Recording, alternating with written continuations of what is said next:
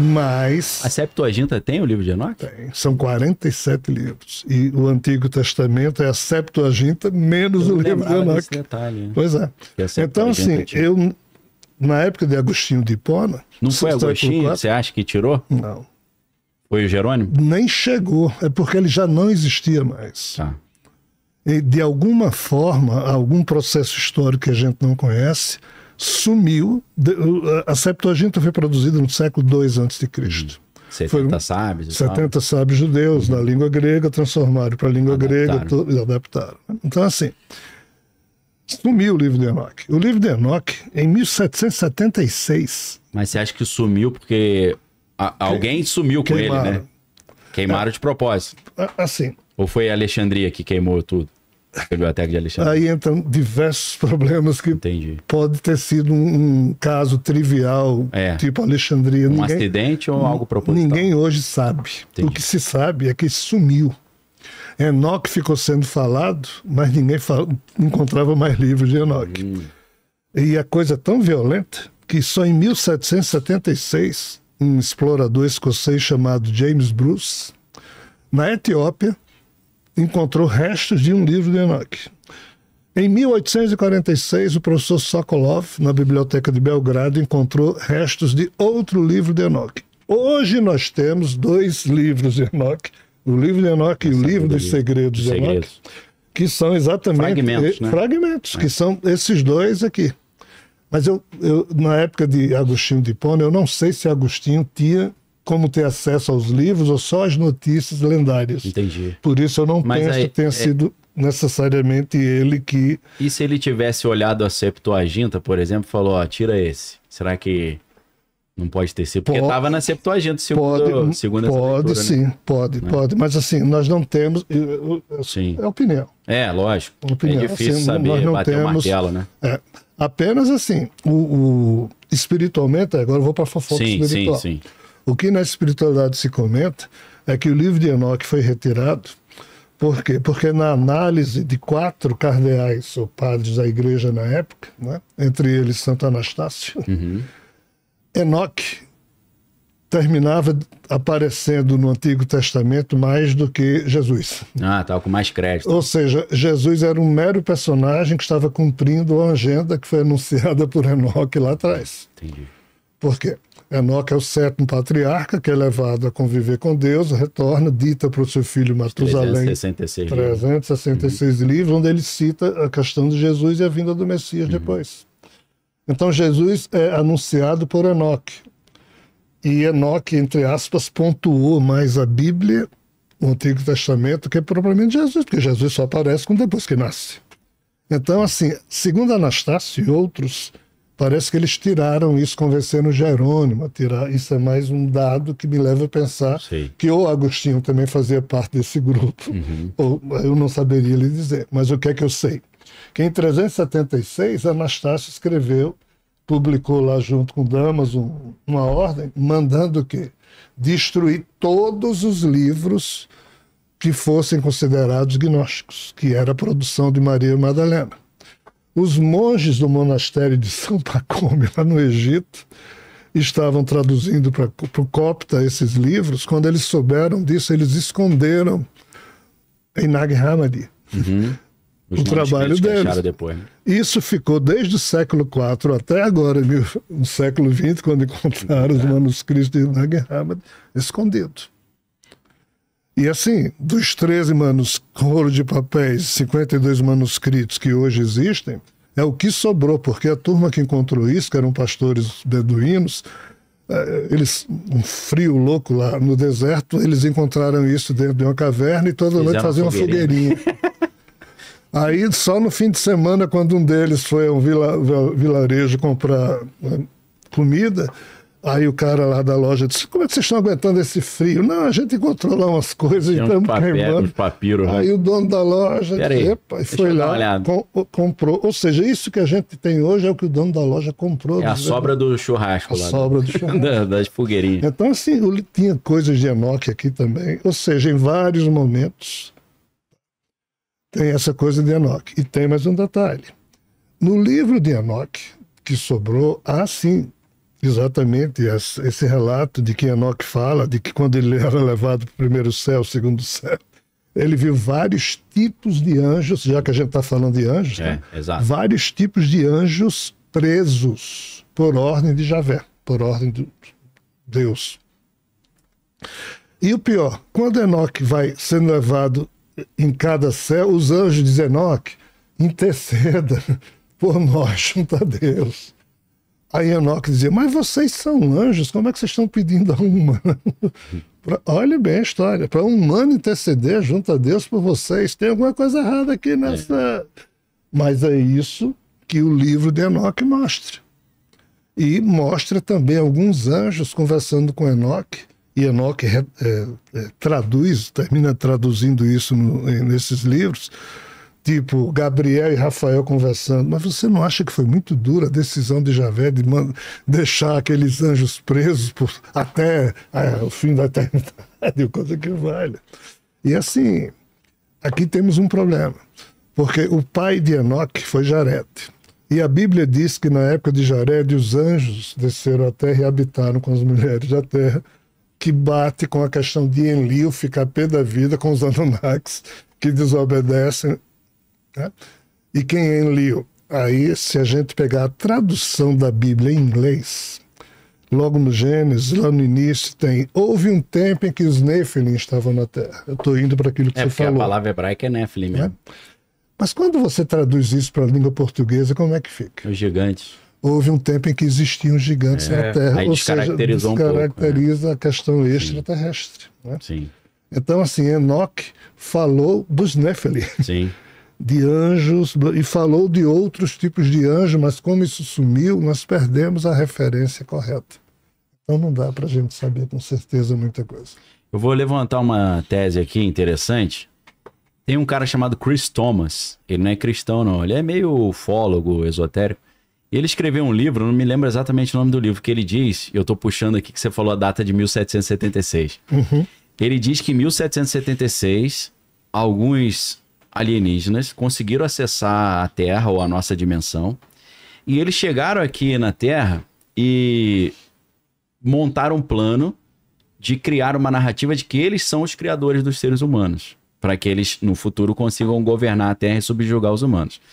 Só que para isso eles perceberam que eles teriam que alterar o registro fóssil e arqueológico e tal. Então eles voltaram no tempo, criaram aquelas tábuas cuneiformes que o Zecharia Sitchin escreve, e eles se colocaram como esses criadores da humanidade.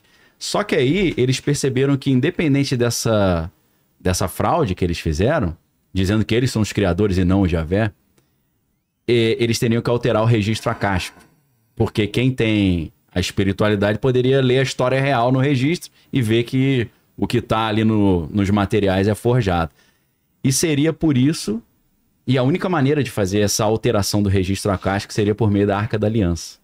Então foi por isso que Deus sumiu com a Arca da Aliança para que não fosse alterado esse registro acástico. Então eles não conseguiram alterar e estão continuamente procurando. Seria esse um dos motivos pelo qual Hydra também estava procurando, teria uma relação com isso. E ele diz que esses seres que ele chama de vilões, né, que aparece vilão em português, né, V-E-L-O-N, vilão.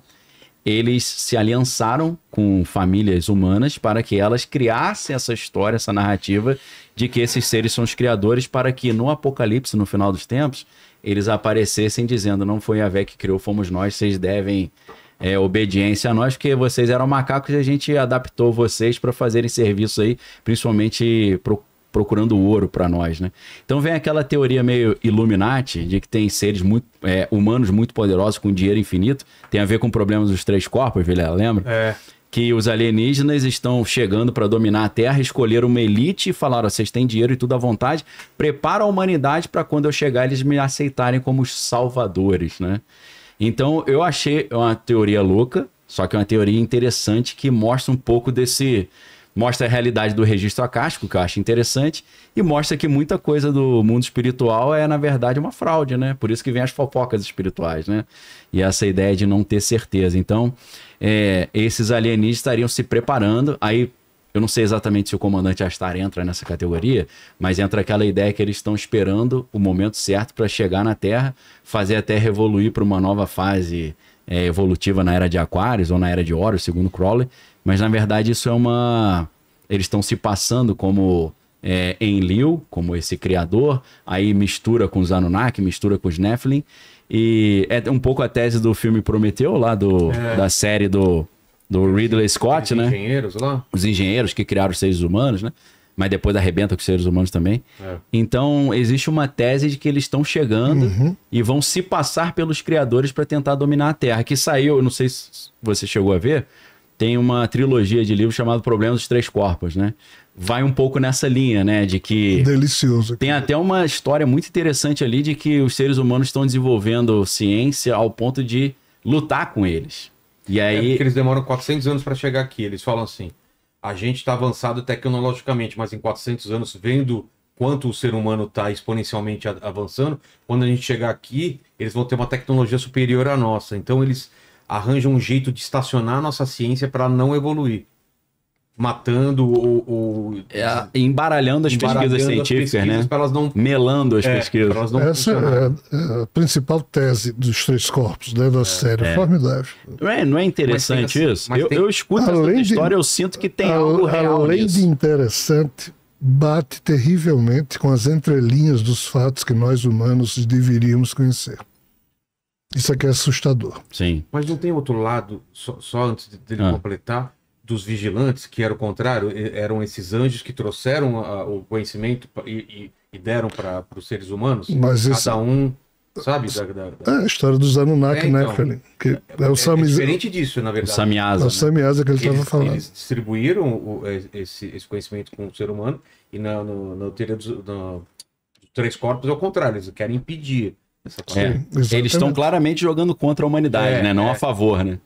É uma interpretação diferente do Prometeu, por exemplo. Não, eu quero ajudar a humanidade. Ali eles não estão ajudando, eles querem acabar. A mitologia tem isso, né? De alguém roubando dos deuses, usurpando e jogando para os humanos. E sendo punido por isso.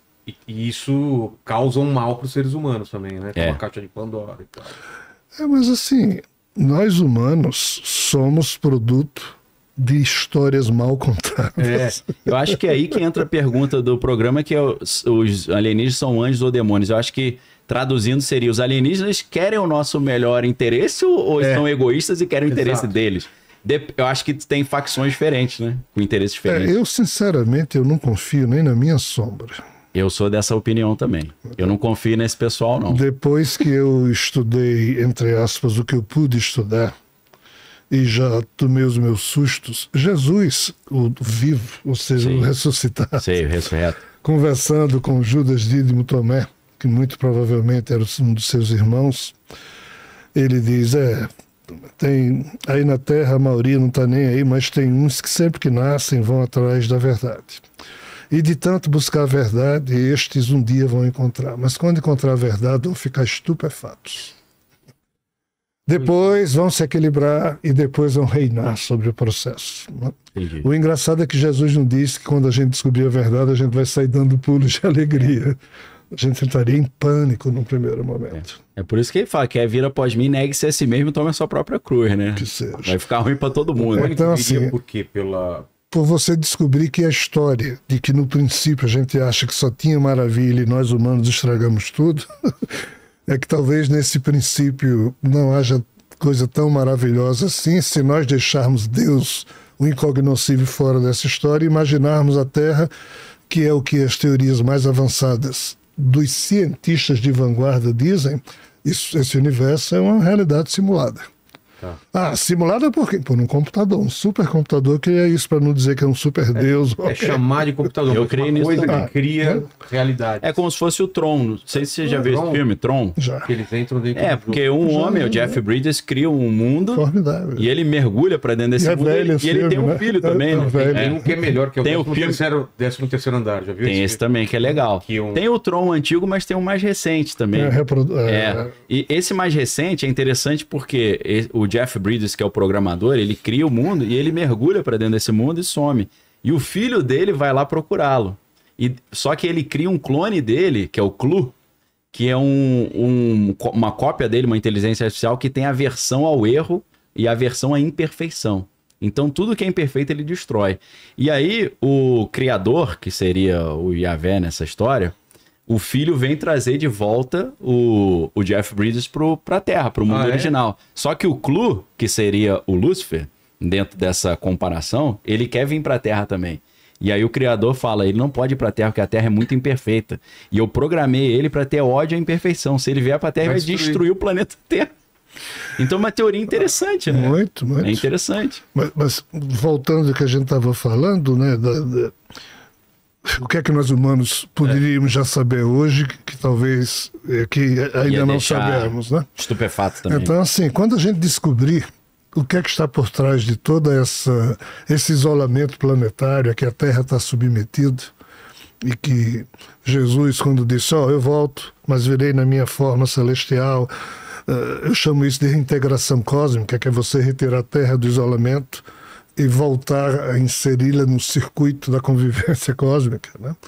Então, assim, aqui a gente vai tomar susto atrás de susto, porque a gente vai descobrir se os alienígenas são anjos ou demônios, ainda que lá no século II em Alexandria, na época em que os sábios, 70 sábios judeus produziram a Septuaginta, até aqui existia